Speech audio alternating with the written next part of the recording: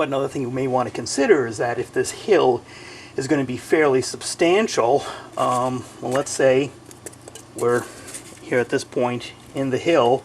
This is your track going through. You can see the track going through, and this is your sub row bed, your plywood.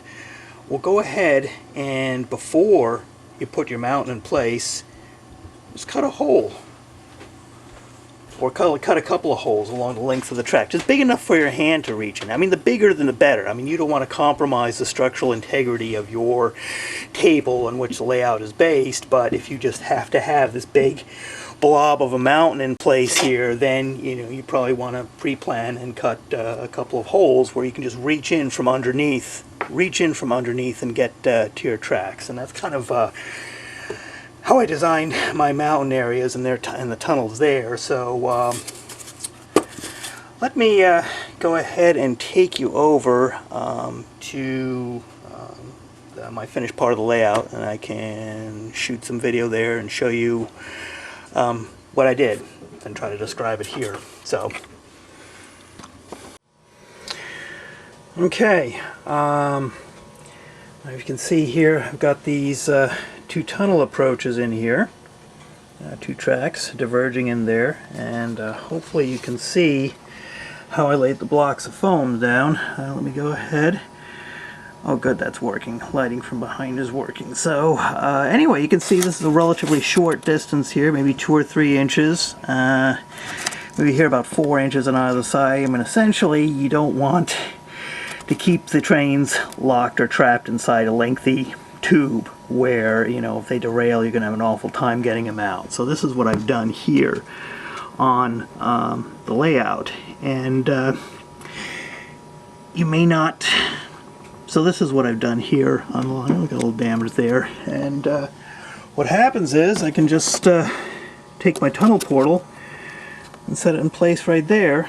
And actually, it wasn't the spot for this particular one. I'm just showing it to you for illustrative purposes. But when I turn the light off back there, it looks like, as far as people are concerned, as far as the eye can see, this train is really going to a tunnel. Well, it's when it's actually going to something that's pretty much hollow on the inside.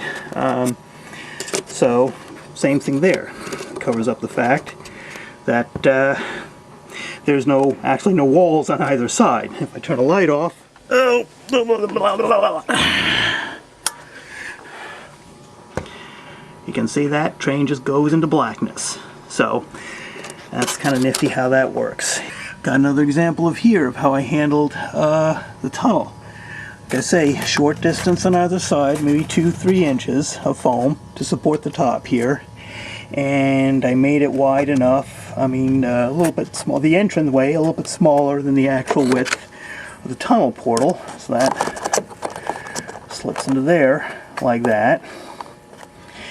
And I probably won't end up gluing these in place because, in order to get the trains, or for maintenance purposes, for cleaning the tracks, it's just easier to lift that out and set it back in place like that. Okay? Now, and you can see again up here the very short distance of foam to support these walls. And that's a little bit narrower there, so I probably should have made that a little bit wider, but that's what I did here. Now let's go underneath. Let's see what happens underneath here. Okay, I've got this entranceway here, tracks going in. Now we're going to go underneath. Okay. As you can see here, this is all open, and this is the road bed of that track, of that line that you saw go in there.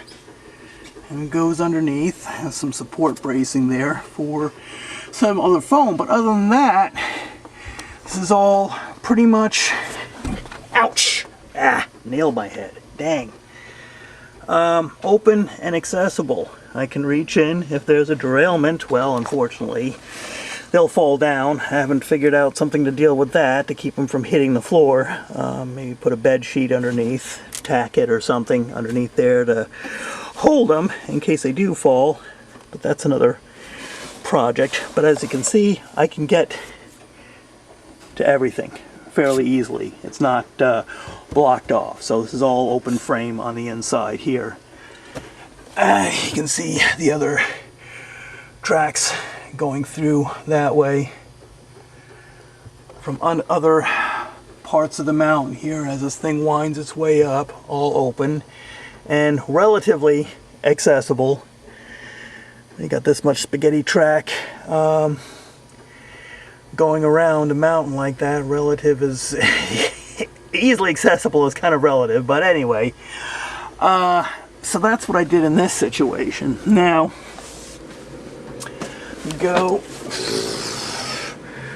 up here, and this was this little tunnel here was my bit of my problem child here. This is where I actually had to have the train go a fair distance through the foam, and it's actually not that bad there.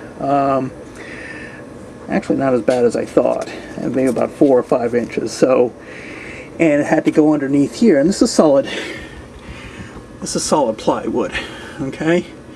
So I had to have this go into there, underneath, and around back. All right, well, what I did here, now let me get a little more lighting for you.